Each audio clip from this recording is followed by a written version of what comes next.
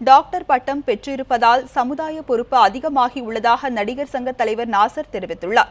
Wales பல்கலைக்கழகத்தின் 6வது பட்டமளிப்பு விழா இன்று நடைபெற்றது. இந்த விழாவில் 1877 மாணவர்களுக்கு பட்டம் வழங்கப்பட்டது. மேலும் தென்னிந்திய நடிகர் சங்கத்தின் தலைவரும் நடிகருமான நாசருக்கு அவரது கலை சேவையை பாராட்டி டாக்டர் பட்டம் வழங்கப்பட்டது. முன்னாள் உச்சநீதிமன்ற நீதிபதியும் சட்ட ஆணைய தலைவருமான டாக்டர் PS சௌகன் நாசருக்கு டாக்டர் பட்டம் வழங்கினார்.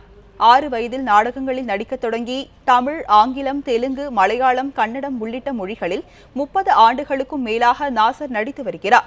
டாக்டர் பட்டம் பெற்றிருப்பதன் மூலம் சமுதாய பொறுப்பு அதிகரித்துள்ளதாக தெரிவித்தார். மிகவும் பெருமைக்குரிய ஒரு தருணமாக நான் இதை கருதுகிறேன். என்னுடைய சமூக பொறுப்பு இந்த பட்டத்தின் மூலமாக இன்னும் கூடியிருக்கிறது.